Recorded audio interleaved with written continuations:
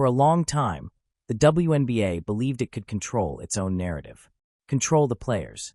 Control the refs. Control the media coverage. And most importantly, control what fans were allowed to notice. But somewhere along the way, that control cracked. Not because of a scandal. Not because of a lawsuit. Not even because of Caitlyn Clark herself. It cracked because of a player the league thought it could ignore. Sophie Cunningham wasn't supposed to matter like this. She wasn't drafted as a savior, marketed as a superstar, or packaged as the future of the league. She was supposed to be energy. Edge. A role player who brought toughness, talked a little trash, and stayed in her lane. Instead, she became something far more dangerous. She became a mirror. A mirror the league didn't want to look into. A mirror that reflected everything fans had been complaining about for years. The missed calls, the double standards, the silent media, and the uncomfortable truth about who was really carrying the league's momentum. And once Sophie realized something critical, that the fines didn't matter, that the backlash didn't hurt, and that fans were actually listening, there was no putting this back. This wasn't a meltdown. This wasn't a phase. This was the moment the WNBA lost control of Sophie Cunningham, for good. And the scary part for the league? This was only the beginning. Long before Sophie Cunningham ever put on an Indiana Fever jersey, she already had a reputation, and not the kind the league loves to promote. She wasn't polished. She wasn't PR trained. She didn't speak in safe, sponsor-approved soundbites. Sophie was blunt, competitive, emotionally wired to protect her space and her people. The kind of player who doesn't back down just because the room gets uncomfortable. The kind of personality that thrives on honesty, even when honesty creates friction. And that matters because the WNBA survives on friction control. The league doesn't mind passion, as long as it's contained. It doesn't mind toughness, as long as it's quiet. And it definitely doesn't mind personalities, as long as they don't challenge authority. Sophie never fit that mold. Even earlier in her career, teammates and opponents knew what they were getting. She played with an edge, spoke with confidence, and didn't soften her words to make anyone else comfortable. She wasn't reckless, she was intentional. And that distinction would later make all the difference. Because reckless players can be punished. Intentional ones are harder to silence. When Sophie talked about herself, she didn't hide behind cliches. She openly admitted she was fierce, sassy, and protective. Not in a performative way. In a matter-of-fact way. Like someone who had already accepted that not everyone was going to like her. And didn't care. That mindset alone put her on a collision course with the league. Because the WNBA doesn't struggle with players who play hard. It struggles with players who speak clearly. And Sophie was always going to speak clearly. So when she arrived in Indiana, fans didn't just see a role player joining the Fever. They saw something else. Something the team desperately lacked. A deterrent. A backbone. Someone who wouldn't look the other way when things got ugly. But what no one fully realized at the time was that Sophie wasn't just stepping into a new team. She was stepping directly into the most volatile situation in the entire league. Because Indiana didn't just have a rookie star. They had Caitlyn Clark. And once Sophie saw how Caitlyn was being treated, everything changed. Because that's when loyalty turned into purpose. And purpose turned into confrontation. And the league still had no idea what was coming next. Caitlyn Clark didn't just enter the WNBA. She disrupted it. From the moment she stepped onto a professional court, the energy around the league shifted in a way that couldn't be ignored. Arenas were fuller. Ratings jumped. Conversations expanded beyond the usual circles. People who had never watched a WNBA game before were suddenly tuning in, buying jerseys, arguing online, and choosing sides. And yet, for all that attention, something didn't add up. Because Caitlyn Clark was clearly the biggest draw the league had seen in years, maybe ever, but she wasn't being treated like it. Not by the referees. Not by certain players. And definitely not by parts of the media that seemed almost uncomfortable acknowledging what was right in front of them. Every game followed the same frustrating pattern. Caitlyn absorbed contact that would have sent other players to the free throw line. She took hits away from the ball. She got shoved, bumped, and grabbed with no whistle in sight. And when fans pointed it out, they were told they were exaggerating. That she needed to adjust.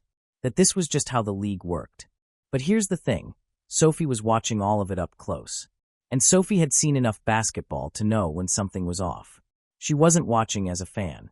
She wasn't watching through highlight clips or social media debates. She was on the court. She felt the tempo change when Caitlyn touched the ball.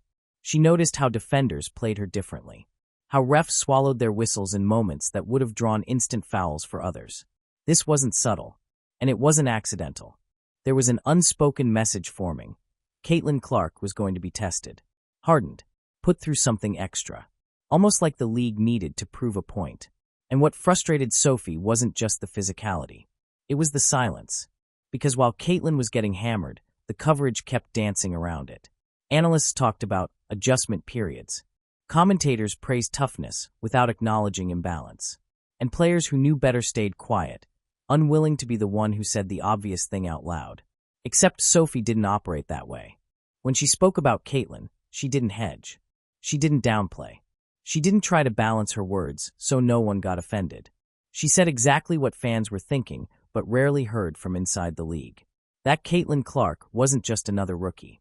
She was transforming the game, and pretending otherwise was dishonest. That kind of honesty is dangerous in a system built on optics. Because the moment Sophie acknowledged Caitlyn as the face of the league, she disrupted a carefully maintained illusion that the league was evenly driven, evenly celebrated, and evenly protected. Suddenly, the double standard had a name. And worse for the league, it had a witness. And that's when the temperature changed. You could feel it in the way opponents played Sophie. In the extra shoves, the testing, the challenges that went just a little further than necessary. It was subtle retaliation at first. A message being sent without words. And Sophie got it. She understood what happens when you align yourself publicly with the league's most polarizing figure. She understood that defending Caitlyn meant inheriting some of the hostility aimed at her. And instead of backing off, Sophie leaned into it. Because at that point, it wasn't just about basketball anymore. It was about fairness, about honesty, about calling out something that everyone could see, but too few were willing to acknowledge. And the league, whether it realized it or not, was daring Sophie to cross a line.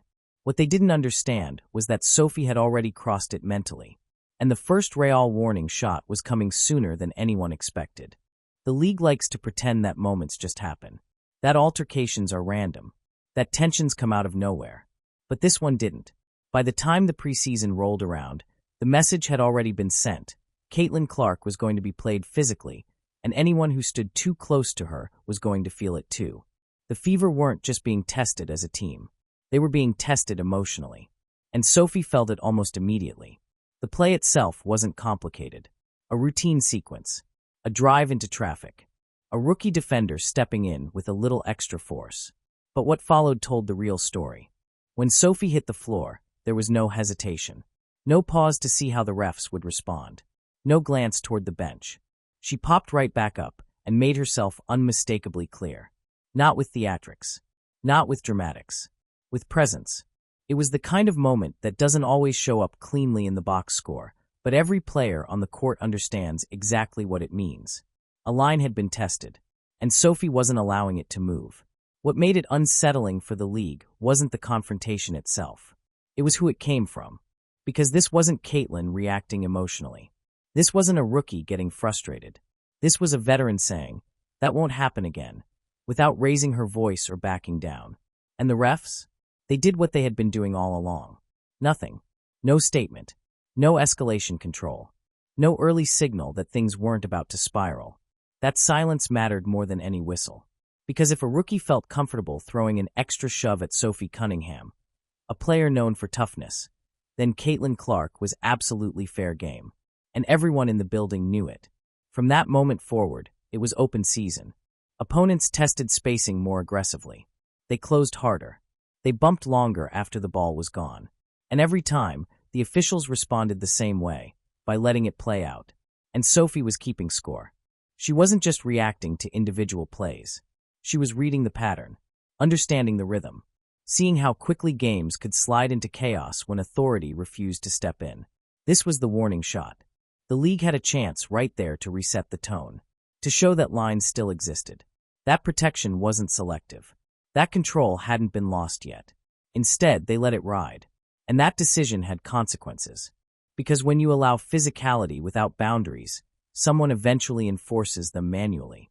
And when that person is already wired to protect her teammates, already skeptical of the officiating, and already tired of watching the league look the other way, You don't get restraint. You get escalation. Sophie didn't change after that moment. She clarified. She understood exactly how the season was going to be played, and she adjusted accordingly. Not with recklessness, with intention. And the league still thought it had time to fix things. It didn't, because the game that would flip everything, the one that turned Sophie from an enforcer into a symbol, was right around the corner. And once that switch flipped, there was no walking it back. By the time the Commissioner's Cup matchup rolled around, the tension wasn't subtle anymore. It was sitting right under the surface, waiting for an excuse. This wasn't just another regular season game. It was nationally watched, emotionally charged, and already framed as a measuring stick for the Fever. And from the opening minutes, it was obvious the officials were losing control. Possession after possession, Caitlyn Clark absorbed contact that would have stopped play anywhere else. A swipe to the face here. A body check there. A shove that lingered just long enough to send a message. And every time players looked to the refs for help, they got the same response. Nothing. No warning whistles. No quick fouls to cool things down. No authority. Instead, the game started to tilt into something uglier. You could see it in Caitlyn's body language. She kept playing, kept shooting, kept moving the offense, but the frustration was building. Not because she couldn't handle the contact, but because she shouldn't have had to handle all of it alone. And Sophie saw everything. She saw the swipe that went ignored. She saw the hit that should have stopped the game. She saw the pattern she'd already been tracking all season confirm itself in real time. This wasn't letting them play. This was abandonment. And when Marina Mabrey delivered a hit that crossed the line, a full-body collision with no basketball intent left in it, that was the moment. Not because of the hit itself, but because of what didn't happen next. No ejection. No immediate review. No accountability. The officials let the moment pass like it didn't matter. And that's when Sophie made a decision. What happened next wasn't emotional. It wasn't impulsive. It was calculated. Sophie stepped in and did what the league refused to do. She enforced a boundary. She sent a message that the referees wouldn't. A shove. A headlock. A stare that said everything without saying a word. Do something. And suddenly, the game had an edge it hadn't had before. Fans watching at home didn't see chaos. They saw relief. Months of frustration, swallowed whistles, and ignored complaints finally had a response. Someone had finally done what the league wouldn't. And Sophie didn't apologize. Because afterward, when reporters tried to frame it as a single incident, she shut that down immediately. This wasn't about one foul. This wasn't about one player. This was about years of watching stars get punished for being stars, and officials refusing to protect the very people driving the league forward. She said it plainly. The refs had allowed it to build. Season after season. Game after game. And now everyone could see it. That moment didn't just go viral. It reframed Sophie Cunningham. She wasn't just Caitlyn's teammate anymore. She wasn't just an enforcer. She became the embodiment of everything fans had been screaming into the void. And once that clip started circulating, something else happened. Something the league couldn't control. People chose sides. And overwhelmingly, they chose Sophie. Because in a league where silence had become the norm, Sophie had just proven she was willing to pay the price for honesty. What the WNBA didn't realize yet was that this wasn't the peak. This was the launch point. Because the Caitlyn Clark effect was about to turn Sophie Cunningham into something far bigger than a role player. And once that happened, the league's leverage disappeared completely. What happened after that game wasn't subtle. It was immediate. Within hours, the clips were everywhere. Not just on highlight pages or basketball accounts, but in places the WNBA rarely penetrated. Sports culture pages, meme accounts, comment sections filled with people who hadn't watched a full game in years, or ever. And they were all saying the same thing. Finally someone had stood up for Caitlyn Clark. Finally someone had said what everyone could see. Finally someone had refused to play along. And that reaction mattered more than anything that happened on the court. Because overnight, Sophie Cunningham stopped being just another player in the rotation. She became a symbol. A stand-in for months of frustration, ignored complaints, and fans being told they were overreacting. Her jersey didn't just sell, it vanished. Her social media didn't just grow, it exploded. And the comments weren't complicated. Thank you. That's how it should be. We've been waiting for this. This is the part the league never plans for. They understand stars. They understand controversy. They understand numbers. What they don't understand is loyalty. Because Sophie didn't win fans by being perfect. She won them by being honest. By doing something that felt real in a league that often feels overly managed. And the WNBA noticed. The first fine came quickly. A few $100s. Just enough to send a message. Not enough to look vindictive.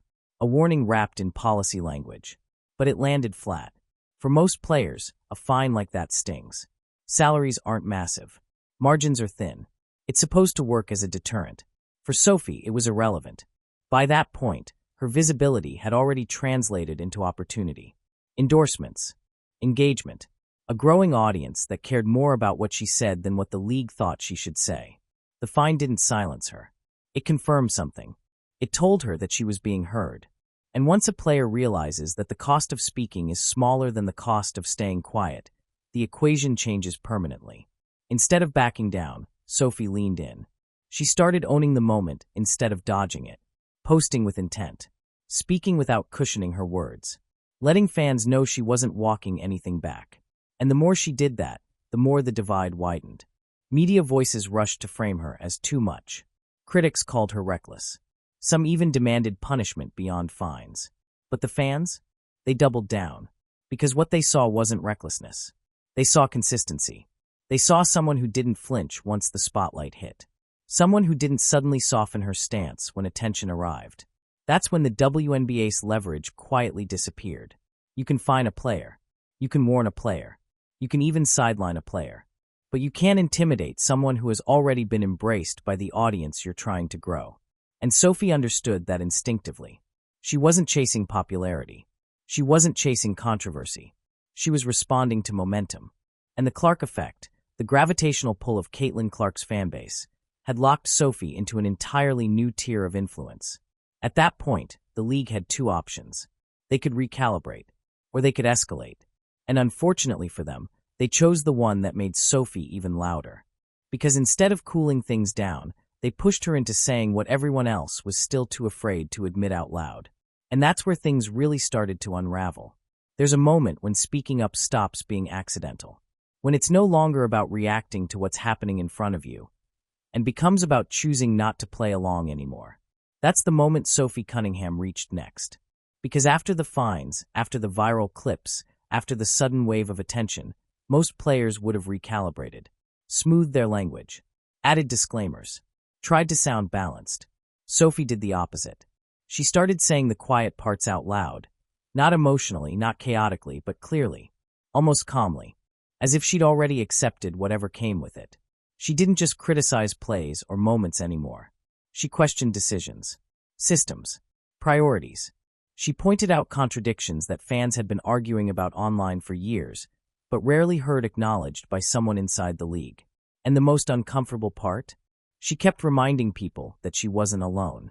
When Sophie talked about officiating, she didn't frame it as a personal grievance. She framed it as a league-wide frustration. Something players discussed privately, but never publicly. Something everyone felt, but no one wanted their name attached to. She attached hers. She called out inconsistency. She called out swallowed whistles. She called out the way certain players were allowed to play freely while others absorbed punishment. And every time she did, the reaction followed the same script. Media figures rushed to soften it. Headlines reframed her words. Critics accused her of being divisive. But fans didn't hear divisiveness. They heard recognition. Because Sophie wasn't attacking the league out of bitterness. She was describing what it felt like to play in it. What it felt like to watch stars get treated differently depending on who they were and what narrative surrounded them. And then she took it a step further.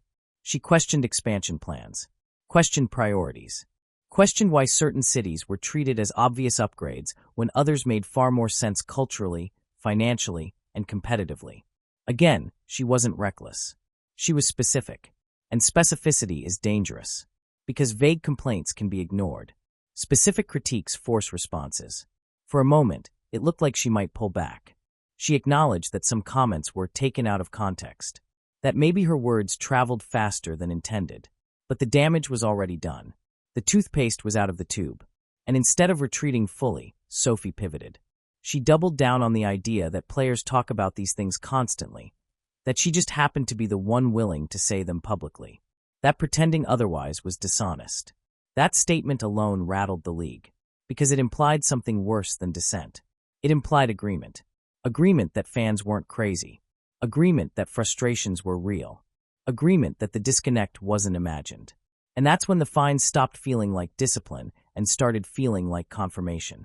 Every penalty reinforced the idea that Sophie was touching something sensitive, something protected, something the league preferred to keep internal. But Sophie wasn't interested in internal anymore. She had realized something critical, that fans didn't just want highlights. They wanted transparency. They wanted someone inside the system who would talk to them like adults instead of redirecting them with corporate language. And once she stepped into that role, she couldn't unsee it. Because now, silence didn't feel neutral. It felt complicit. And the more Sophie spoke, the clearer it became that this wasn't a phase. This wasn't about one star, one game, or one bad call. This was about power, about narrative control, and about who was allowed to speak without consequences. And the league still believed it could contain her. What it didn't realize was that Sophie was about to build something they had absolutely no authority over. And once she did, the conversation would never belong to the WNBA again. Up to this point, Sophie Cunningham had been reacting inside the league's ecosystem. Post-game comments, social media posts, moments that still technically lived under the WNBA's umbrella. But the podcast changed everything. Because a podcast doesn't ask for permission. It doesn't wait for media framing. And it doesn't give the league a chance to soften the message. When Sophie launched Show Me Something, it wasn't marketed as a takedown.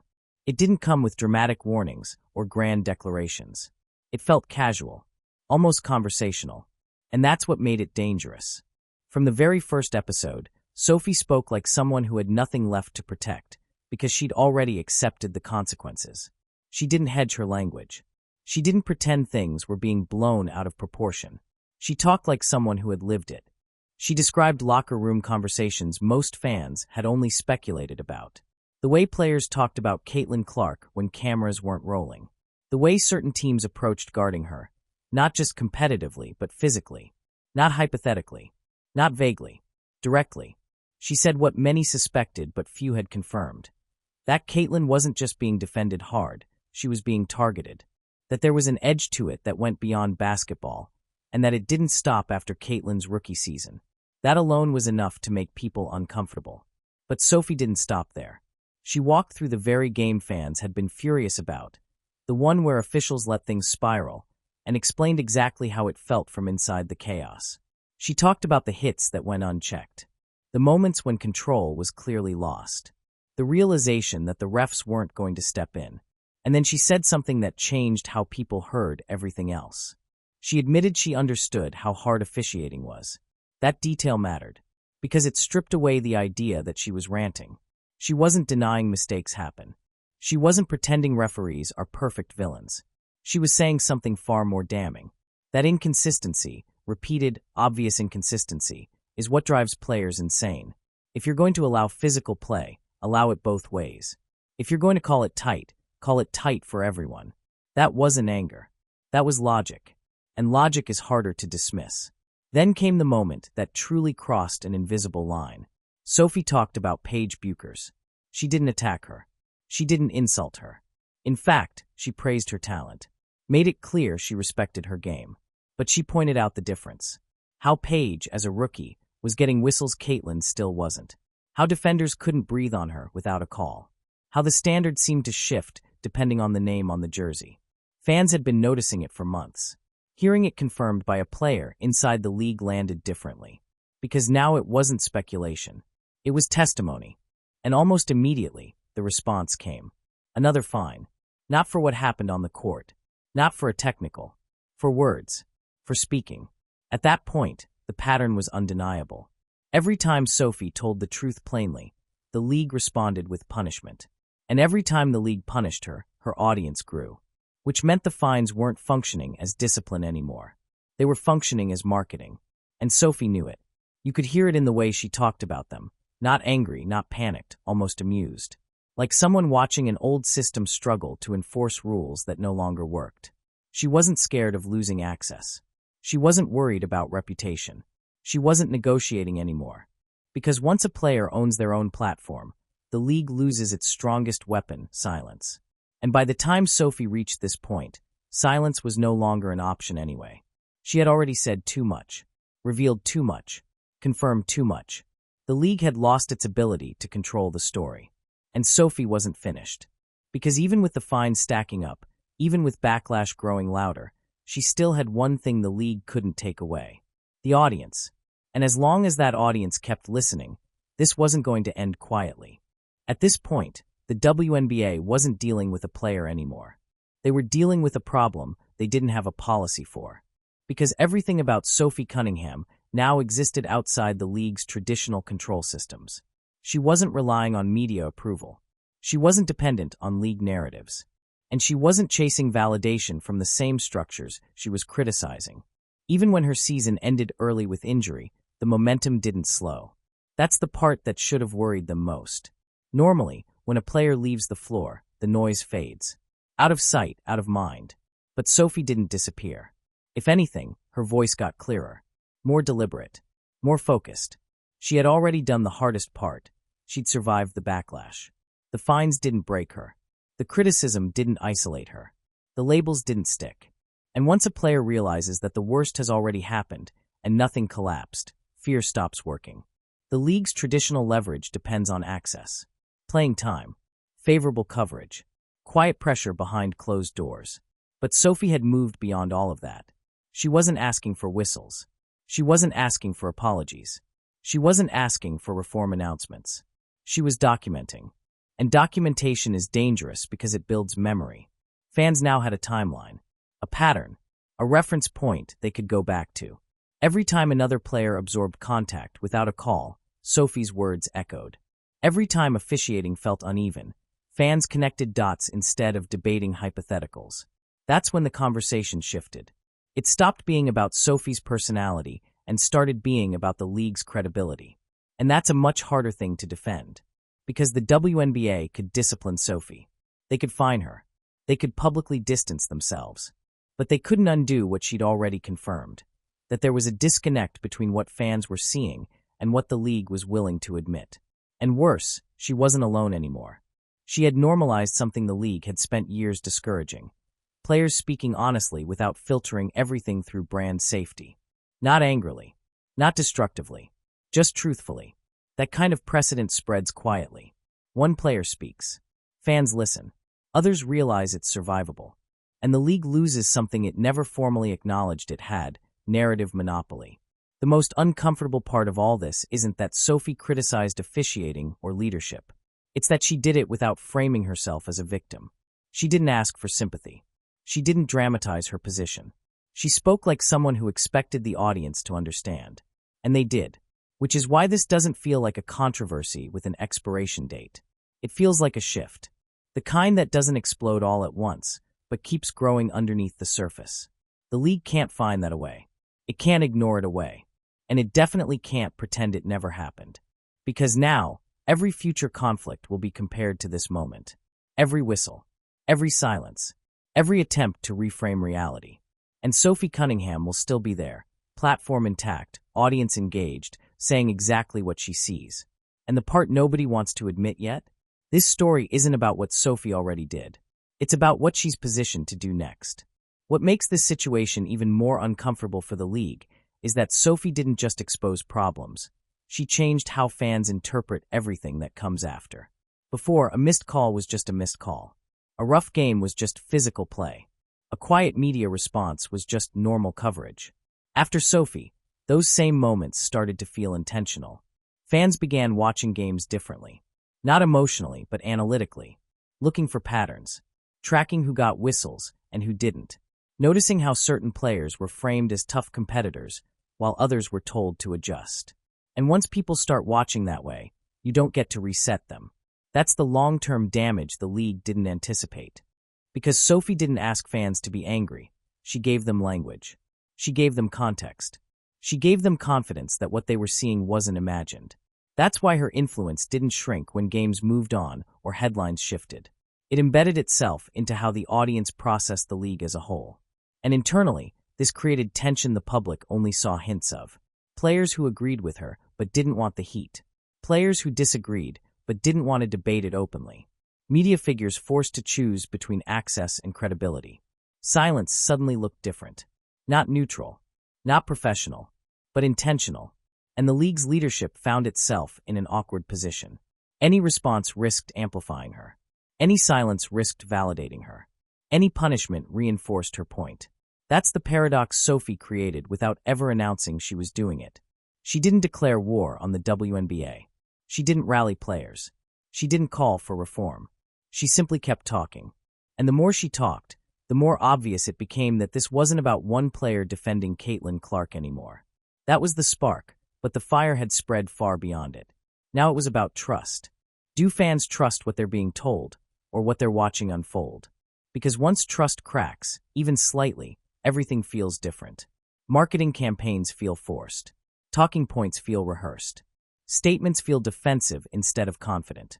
And Sophie's presence, steady, unapologetic, unfiltered, made that contrast impossible to ignore. The league had spent years trying to grow its audience.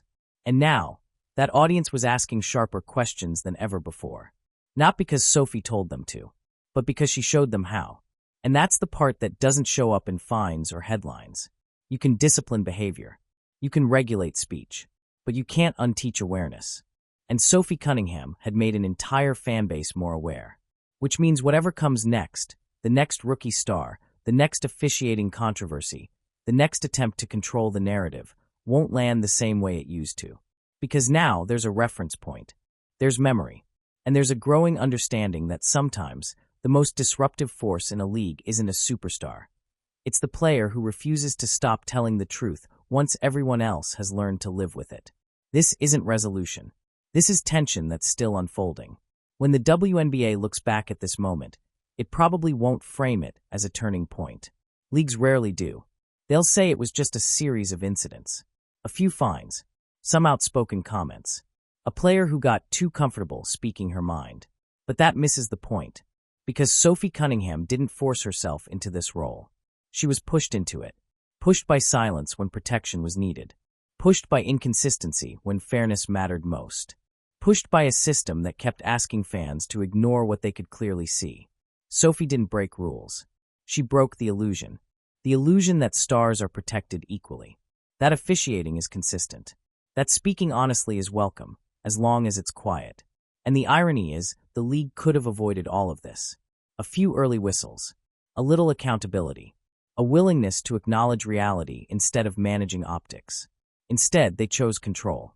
And control only works until someone stops caring about the consequences. Sophie did. Not because she wanted to be a rebel, but because once she saw how much the truth resonated, there was no reason to pretend anymore.